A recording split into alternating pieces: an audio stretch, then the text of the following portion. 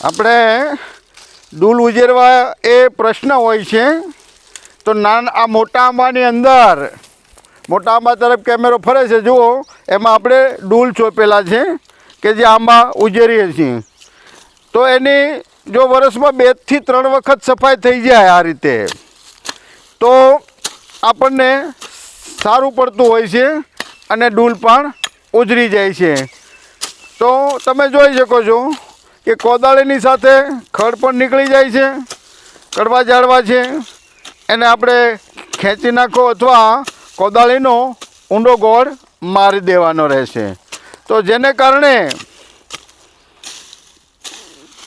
સફાઈ થઈ જશે અને એમાં આપણે ખાતર પોતર પણ નાખી શકીશું. વર્ષમાં 2 થી 3 વાર અને ખાતર પોતર નાખી દો. અને ડૂલ ઉજેરવા અઘરા છે શા માટે કે આપણે થોડાક ડૂલ હોય તો એની કાળજી લેવા આવતા હોતા નથી. તો કઈ રીતે ખડને દૂર કરવું? ખડ તો થતા જ હોય છે અને જ્યાં ખડ થાય ત્યાં ડેવલપમેન્ટ થતું હોય છે. તો જો આ મારો વિડીયો સારો લાગ્યો હોય તો લાઈક કરો, શેર કરો, સબસ્ક્રાઈબ કરો.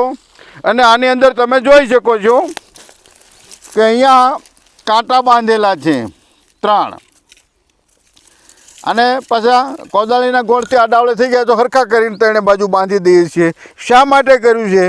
તો ભૂંડ જે છે એ નાના આંબાને માથું મારવાથી એની છાલ નીકળી જાય છે અને ભૂંડ છે થળીએ ખોદતા હોય છે. તો જેથી કરીને ભૂંડથી પણ આપણને રક્ષણ મળે છે.